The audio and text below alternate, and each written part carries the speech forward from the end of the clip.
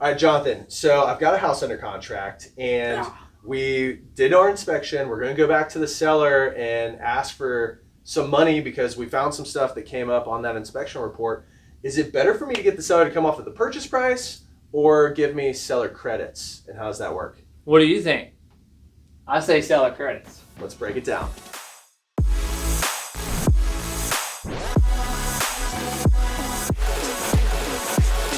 All right, so Jonathan, break it down for me.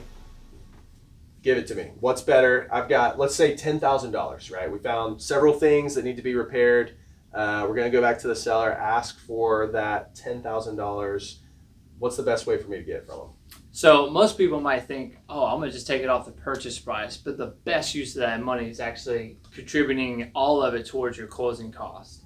And the reason is it'll save so much more of your money. So if you run the math on lowering the purchase price versus that money going toward closing costs, I've done it for tons of borrowers. It takes like 30 to 35 years to get back. Sometimes longer than the life of the loan. Yeah, so it's like that's bad math. The ROI on that money going towards purchase price is 30-something years versus using that money to pay for your closing costs. Yep. So I always say use it against your closing costs. And so we want to shoot a quick video about the different ways, depending on loan program and down payment, that you as a buyer or a buyer's agent can get the seller to contribute towards those closing costs. Perfect.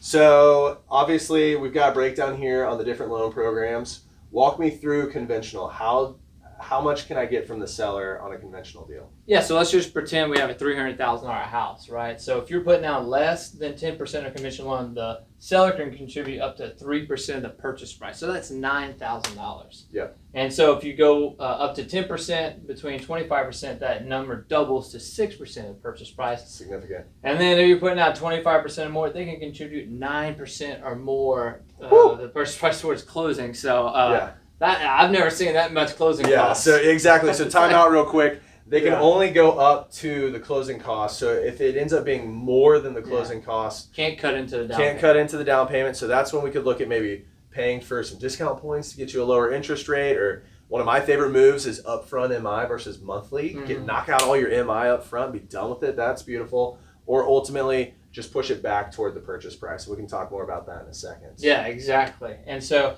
and the other two government programs we do a lot of loans as far as FHA, it's 6%, and then VA, it's 4%.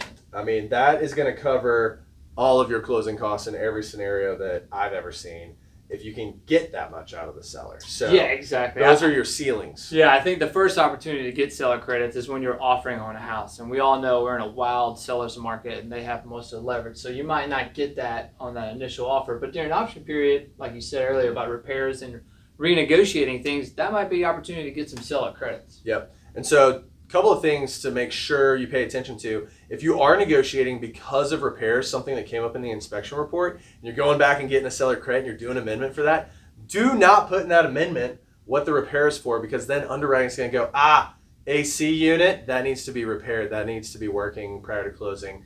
And so it ends up getting messy. So you just want to leave that, as far as what we're saying, simplified. You want to just say, hey, we're getting a $10,000 or $12,000 seller credit. Fantastic. We don't need to know what that was for. So keep that to yourself. And then there was one other thing I was going to say. Totally blanking on it. I guess just on the initial amendment, right? Yes, that's it. Take it away. Yeah, so on an initial amendment, you can write, hey, the sellers are going to give $10,000 to my buyers. And if the closing costs are less than that, then the overage will be applied to purchase price. Total pro move. Y'all should use that. Realtors, take note. That's for you. Yep. Bonus. So we're fans of seller credits and helping our buyers, get in better financial situations. If you have any questions, you know how to reach us. We're here to help. All right. Bye, guys. Adios.